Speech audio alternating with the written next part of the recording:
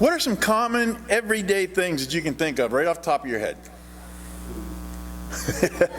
You're a man after my own heart. What's that?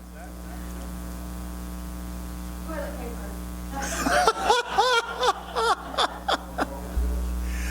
I don't know where your mind's been, but but how many of you would say you're living the common American life? Nobody? How about a common Christian life? What's a common Christian life look like? Well, we get up on Sunday mornings and we talk ourselves into going to church because we feel like we have to. We come, we sit in the pew, maybe we sing, maybe we don't. During communion, instead of examining ourselves, we let our minds wander. But that's all right. We examined ourselves last week and nothing's changed. When the offering plate comes around, we drop a couple dollars in because we feel obligated.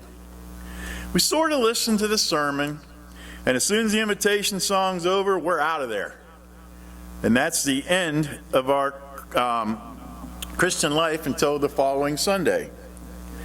The challenge I have for everyone today is this: what if we were to live an uncommon Christian life? Google defines uncommon this way: adjective, out of the ordinary, unusual. Some similar words are abnormal, rare, atypical. You can also use it as an adverb, as in, he was uncommon afraid. Now, I want us to live a Christian life that is so out of the ordinary, so abnormal, that people seeing us will say, wow, they are uncommon righteous. Let's live as uncommon in this world. Remember Jesus' prayer in John 17:15 through 18.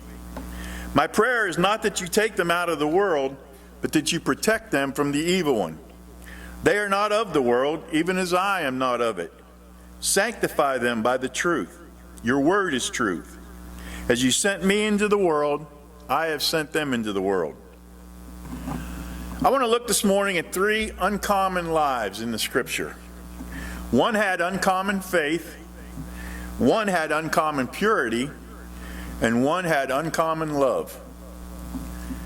First, we're going to look at what uncommon faith looks like. And we find our example in 1 Samuel 1:1-20. And there will be a couple of long scriptures in here this morning.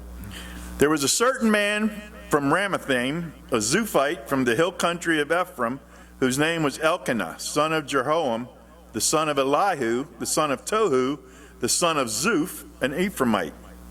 He had two wives. One was called Hannah, and the other Peninnah. Peninnah had children, but Hannah had none. Year after year, this man went up from his town to worship and sacrifice to the Lord Almighty at Shiloh, where Hophni and Phinehas, the two sons of Eli, were priests of the Lord. Whenever the day came for Elkanah to sacrifice, he would give portions of the meat to his wife Peninnah and to all her sons and daughters. But to Hannah he gave a double portion because he loved her, and the Lord had closed her womb. Because the Lord had closed Hannah's womb, her rival kept provoking her in order to irritate her. This went on year after year. Whenever Hannah went up to the house of the Lord, her rival provoked her till she wept and would not eat. Her husband Elkanah would say to her, Hannah, why are you weeping? Why don't you eat? Why are you downhearted? Don't I mean more to you than 10 sons?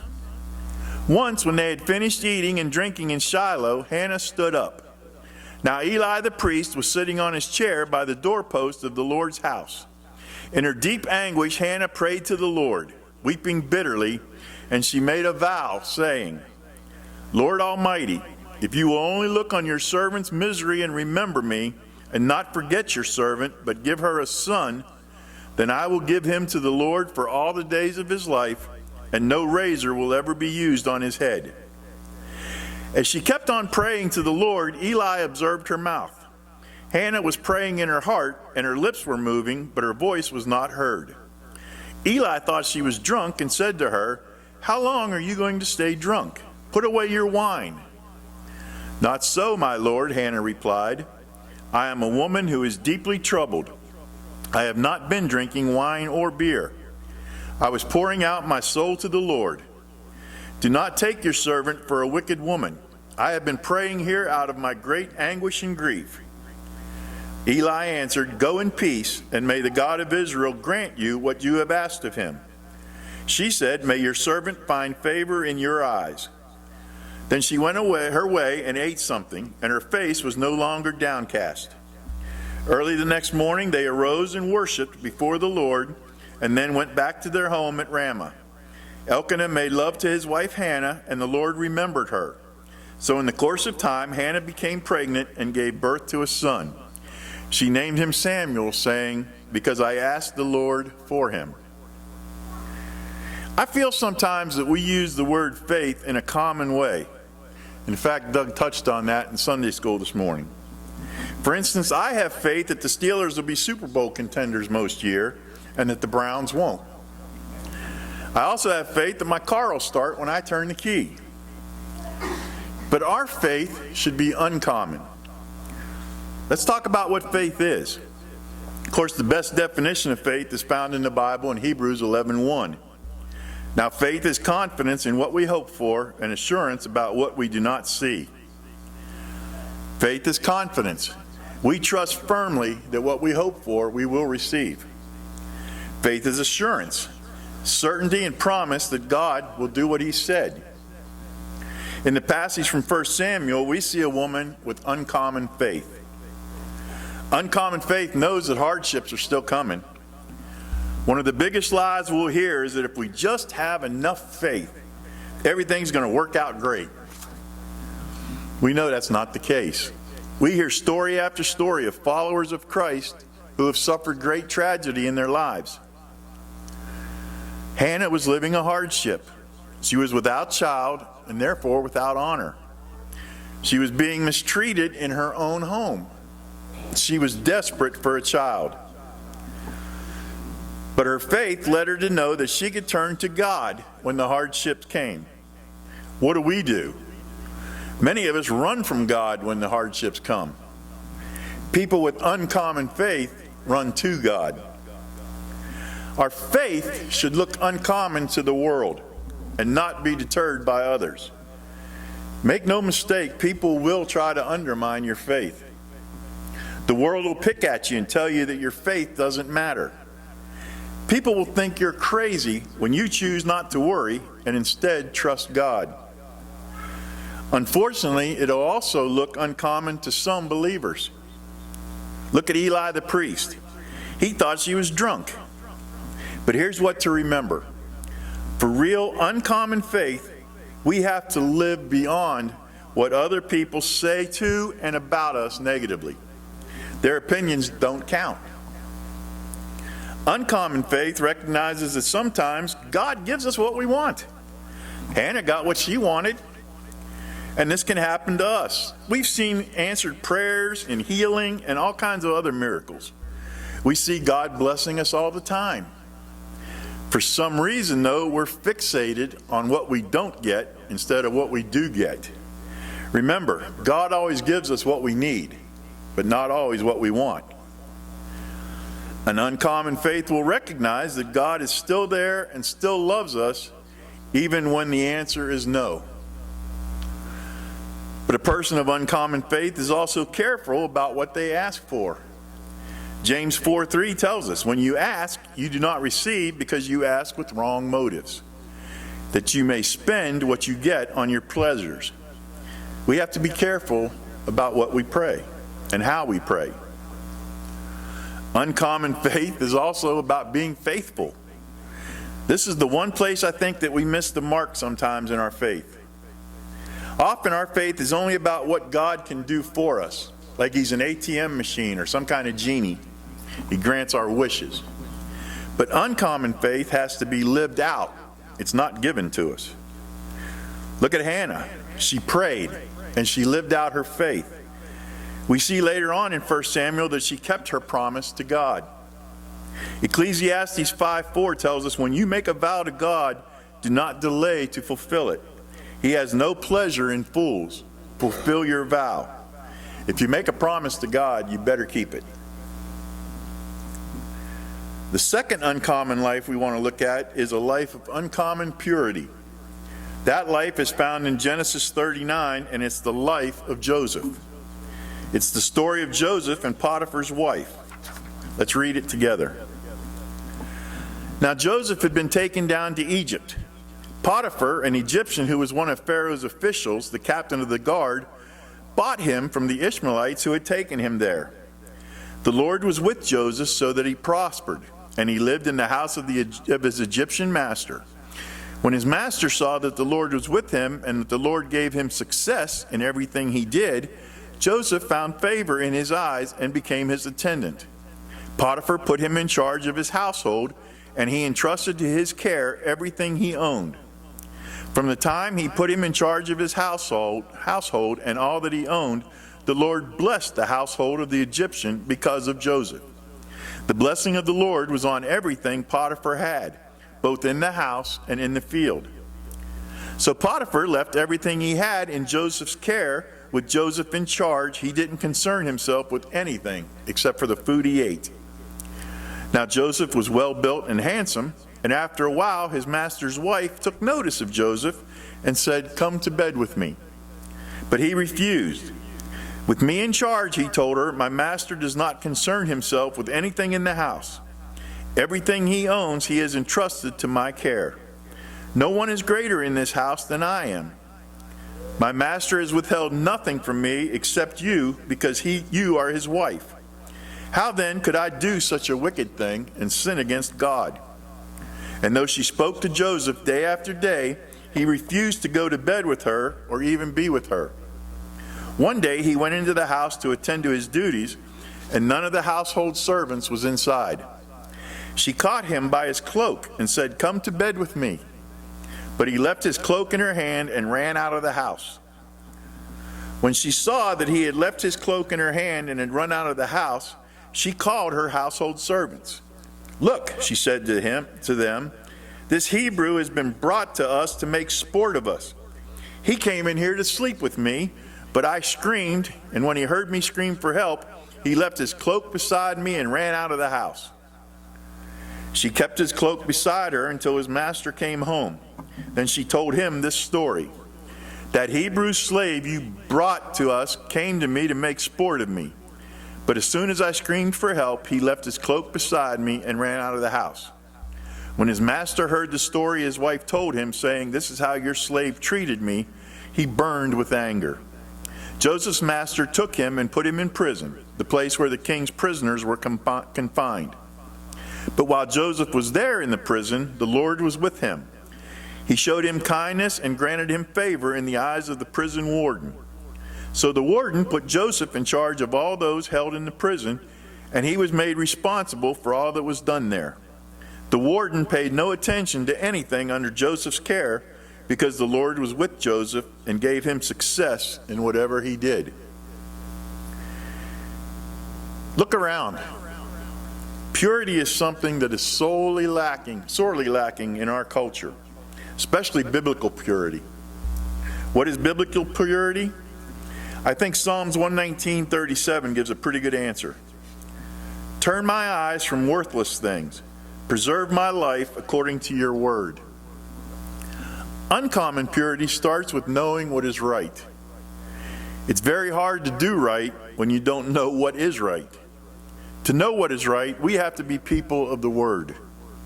Our lives have to be defined by the truths that are presented here in the Bible.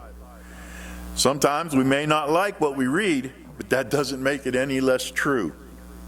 Instead, we need to understand that what we like is not always what God likes. There's different kinds of purity. First is sexual purity. Sex outside of marriage is impure, plain and simple. But this is more than just sex. What about porn? Pornography destroys the mind and creates impurity in our minds. Remember, just a few weeks ago, Larry preached about this. If you lust after another in your heart, you've committed adultery.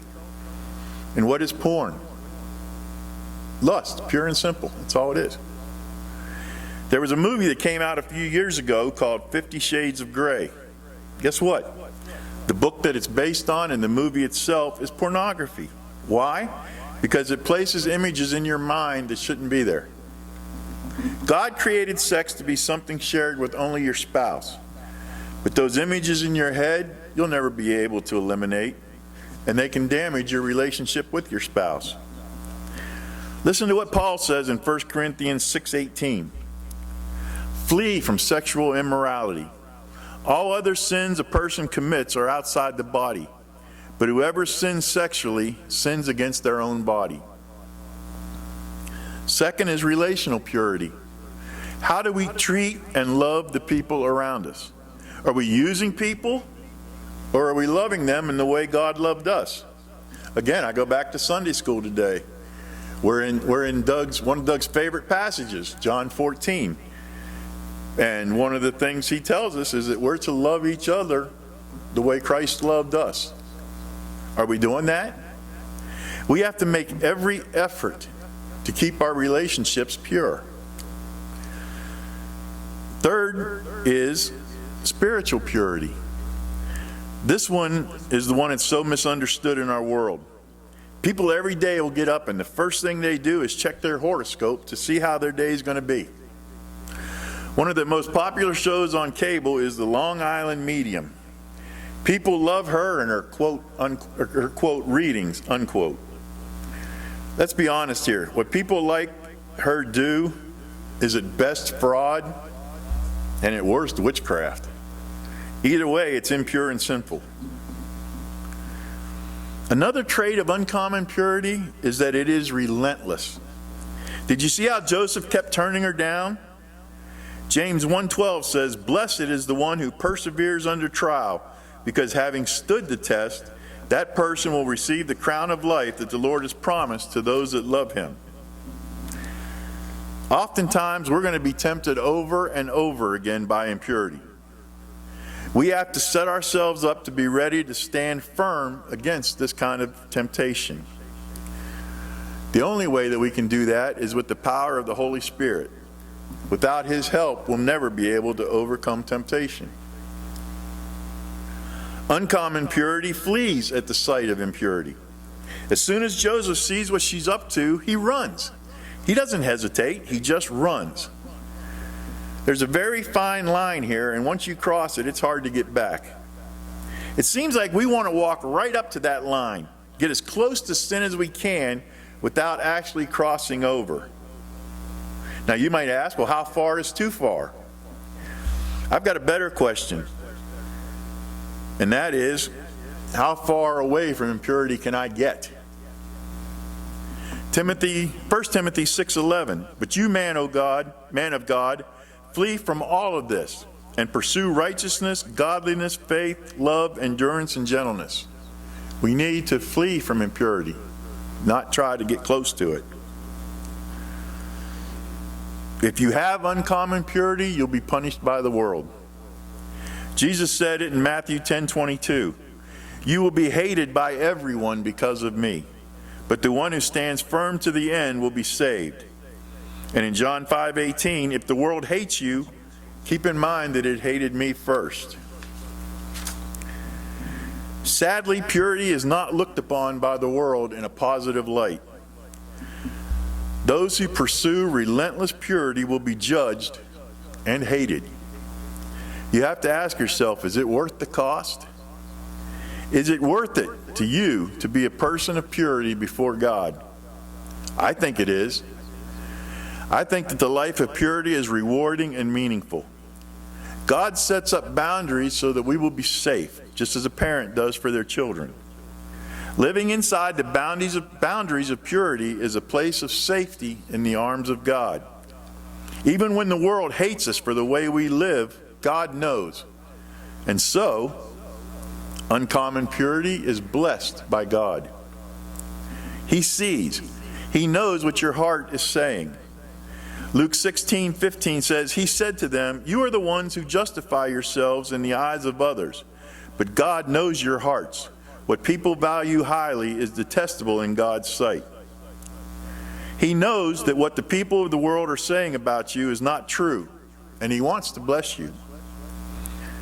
It may be hard to avoid going to that movie or to look at that lady or man, or to not watch that TV show, or throw that computer in the trash. But it'll be worth it. Remember how our story turns out? Joseph is thrown in jail. While there, he meets and interprets the dream of the chief cupbearer of Pharaoh. Later on, he ends up interpreting the dream of Pharaoh, and he ends up as second in command of all of Egypt. And because of that, he saves God's people from destruction. You might be the person in your family or your circle of friends that will be able to show them the way to salvation because you remain pure. Our third life is one of uncommon love. It's the life of Ruth and found in the book of Ruth. Most of us know the story. Ruth and her husband and 2 sons went to Moab to escape a famine. While there, the husband died, and the sons married Moabite women named Orpah and Ruth. After about 10 years, the 2 sons died also, and Naomi prepared to go back home to Bethlehem. The daughter-in-laws accompanied her, and when they got to the border, she told them to go back and find new husbands rather than to go with her. After much weeping, Orpah turned and went back, but Ruth stayed with Naomi. Remember what she said? "Don't urge me to leave you or to turn back from you. Where you go, I will go, and where you stay, I will stay. Your people will be my people, and your God, my God. Where you die, I will die, and there I will be buried. May the Lord deal with me, be it ever so severely, if even death separates you and me." Ruth demonstrates an uncommon love. An uncommon love is humble. The humility of Ruth is substantial. The culture said that after your husband died, you would marry your brother-in-law. If there wasn't a brother-in-law, you were to go back to your parents and then marry again. But here, Ruth chooses to stay with her mother-in-law. Although it might mean homelessness, starvation, and death, she stayed. She also had to leave her homeland and travel to a place where she didn't know the people or the customs.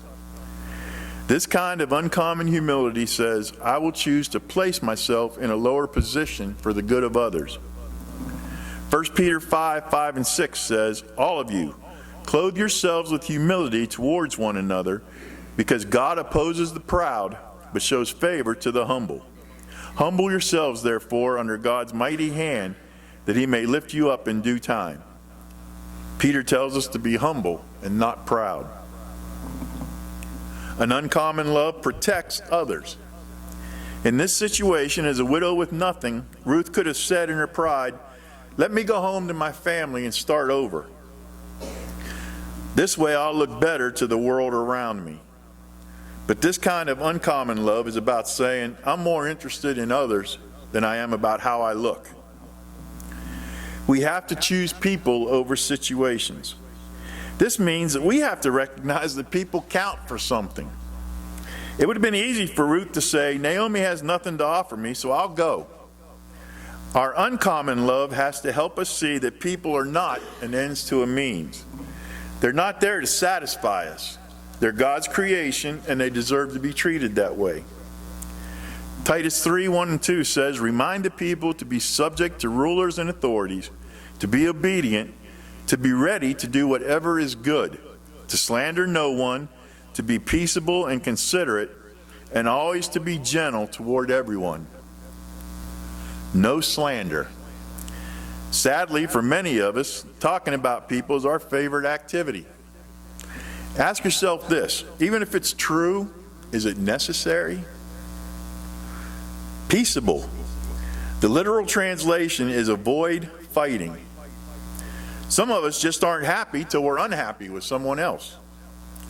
We should be working to avoid conflict and choosing to live at peace. But here, Paul is telling Titus, avoid unnecessary conflict. In other words, don't pick a fight to have a fight. Consider it. It's a fruit of the Spirit, kindness. It really has to be a way of life for us. And gentle. Our society is way too harsh with each other, especially if you don't agree with their opinion. An uncommon love makes God the center. It'd be real easy to think that an uncommon love would be about other people. And that is what we've talked about so far. But the truth is, it has to be about God first. Ruth says, your people will be my people, your God will be my God. This was a statement of belief and a statement of surrender to God. For us to have real, uncommon love, we have to surrender to God first. Jesus said in Matthew 6:24, no one can serve two masters. Either you will hate the one and love the other, or you will be devoted to the one and despise the other. You cannot serve both God and money. We can't serve the world and God at the same time, although we try very hard to do that. We'll never be able to love the world the way that it needs to be loved until we love God first.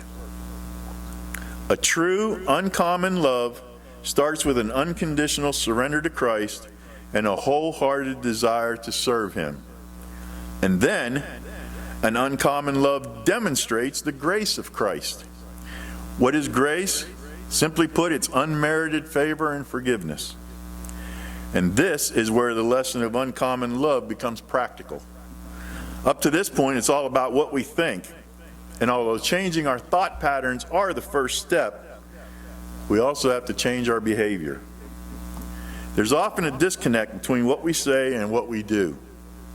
For example, I want to live a healthy life, but I choose to eat junk food every day. So let me ask you, are you really demonstrating the grace of Christ in the world? The same grace that was afforded to you by God? I wish all of us acted toward people the way we expected people to act toward us. A lot of times we place a much higher expectation on others' behavior than we do on our own. And in turn, we refuse to offer the same kind of forgiveness to others that God has offered to us. To demonstrate an uncommon love, we have to be people of grace. Are you offering people forgiveness even when they don't ask? Are you willing to give people the benefit of the doubt? Here's the bottom line on uncommon love. As Larry said last week, it's not about you. So there you have it. 3 things that I feel are necessary to have an uncommon Christian life. You need an uncommon faith, you need an uncommon purity, and an uncommon love. Piece of cake, right? Of course not. If it was easy, everyone would do it. We have to constantly work at it, and we can't do it alone. We need God, but it's worth it in the end. Can you see what the world would be like if we lived an uncommon Christian life? Would there still be sin and strife? Of course. As long as man lives, he'll struggle with his sinful nature. But it would be a little bit better. And if people living an uncommon life could get other people to live an uncommon life, it would be even better. I pray that everyone here today would dedicate themselves to being uncommon. There may be some here today that are in need of help from God. There might be someone here that hasn't yet made that step to accept Christ. There's no better time than now. There might be someone here that needs to rededicate their lives, to start living that uncommon life. We're here. We'll pray for you. We'll pray with you. We're going to sing a song of invitation. And as we do, if you have a need, come down and talk to one of us. Let's stand and sing.